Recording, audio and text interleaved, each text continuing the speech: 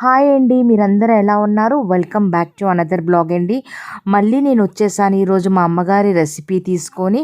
ఈరోజు మా అమ్మగారి వంటల్లో మీతో నేను ఇక్కడ షేర్ చేస్తున్నాను జీరా రైస్ అండి. Stay tune to my channel. చూడండి ఈరోజు నేను జీరా రైస్ నేను ఎలా ప్రిపేర్ చేస్తున్నానో.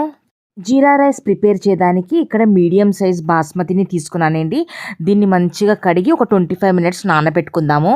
ఇంకొక ప్లేట్లో ఇక్కడ మసాలాలు చూపెడుతున్నానండి. బిర్యానీ మసాలాలు, జీరా రైస్ కాబట్టి కొద్దిగా జీలకర్ర ఎక్కువ తీసుకోండి. ఇంకా మసాలాలో మన అందరికీ తెలిసింది కదా, బిర్యానీ మసాలాలో ఇది ఏంటంటే జావిత్రి ఉంది, దీంట్లో లవంగాలు, ఇలాచి, పెద్ద ఇలాచి, చిన్న ఇలాచి, స్టార్, ఇంకా బిర్యానీ పువ్వు, దాచిన చెక్క అండి. ఇప్పుడు ఇంకొక ప్లేట్లో ఇక్కడ కరివేపాకు ఇంకా పచ్చిమిరపకాయలని స్లైసెస్ కిందకి కట్ చేసుకొని పెట్టుకున్నానండి. ఇప్పుడు కుకింగ్ ప్రాసెస్ స్టార్ట్ చేద్దాం. కుకింగ్ ప్రాసెస్ కోసం స్టవ్ పైన ఆల్రెడీ మూకుడు వేడవడానికి పెట్టానండి. నేనైతే జీరా రైస్ ఇక్కడ నెయ్యితో ప్రిపేర్ చేస్తున్నానండి. ఒకవేళ మీ కిచెన్లో నెయ్యి లేకపోతే మీరు నూనెతో కూడా ఈ జీరా రైస్ని ప్రిపేర్ చేసుకోవచ్చు. ఇక్కడ ఏంటంటే ఒక 3 స్పూన్ నిండుగా ఇప్పుడు నేను దీంట్లో నెయ్యి వేసాను. నెయ్యి చూసారు కదా, ఇక్కడ మంచిగా కరగడం మొదలైంది కదా. ఇప్పుడు మీకు తాలింపు ఆల్రెడీ నేను చూపెట్టాను కదండి, బిర్యానీ మసాలాలు ఇంకా జీలకర్ర చూపెట్టాను కదా. ఇప్పుడు ఈ నెయ్యిలో జీలకర్ర వేసాం కదా, జీలకర్ర కొద్దిగా మంచిగా చిట్లాలి. ఇంకా బిర్యానీ మసాలాలు కూడా మంచిగా ఇక్కడ కొద్దిగా ద్వారగా మంచిగా మనం కొద్దిగా ఫ్రై చేసుకుందామండి. చూసారు కదా, దీన్ని మంచిగా కలుపుతూ ఈ నెయ్యిలో మంచిగా మనం కొద్దిగా సువాసన వచ్చే వరకు కొద్దిగా ఫ్రై చేసుకోవాలి. ఇప్పుడు ఇవన్నీ కొద్దిగా మంచిగా ఫ్రై అయిపోయిన తర్వాత నేను దీంట్లో ఇప్పుడు పచ్చిమిరపకాయలు ఇంకా కరివేపాకు వేసానండి. మన రైస్కి తగ్గట్టు పచ్చిమిరపకాయల కారం ఇక్కడ మీరు తక్కువ ఎక్కువ చేసుకోవచ్చండి. పచ్చిమిరపకాయలు ఇంకా కరివేపాకు వేసి దీన్ని కూడా ఇప్పుడు కొద్దిగా మంచిగా ఇప్పుడు మనం కలుపుకుందాము. ఇప్పుడు ఇక్కడ కరివేపాకు ఇంకా పచ్చిమిరపకాయలు కూడా మంచిగా వేగిపోయండి. ఇప్పుడు నేను దీంట్లో ఉప్పు వేసాను. ఉప్పు ఏంటంటే మన రుచికి తగ్గట్టు తక్కువ ఎక్కువ చేసుకోవచ్చండి.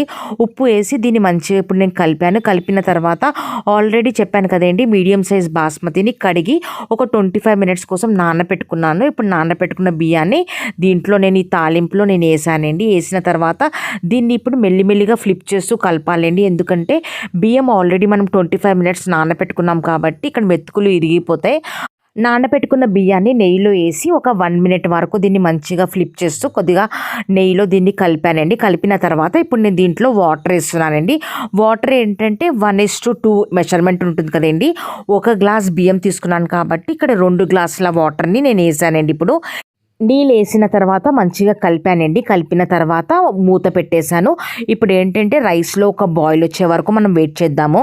ఇప్పుడు ఇక్కడ చూసారు కదండి, కొద్దిసేపు తర్వాత రైస్లో బాయిలింగ్ రావడం మొదలైంది. ఇప్పుడు దీన్ని మెల్లిగా ఒకసారి మనం కలుపుకుందాం. ఎక్కువ కలపద్దండి, మెతుకులు ఇరిగిపోతాయి.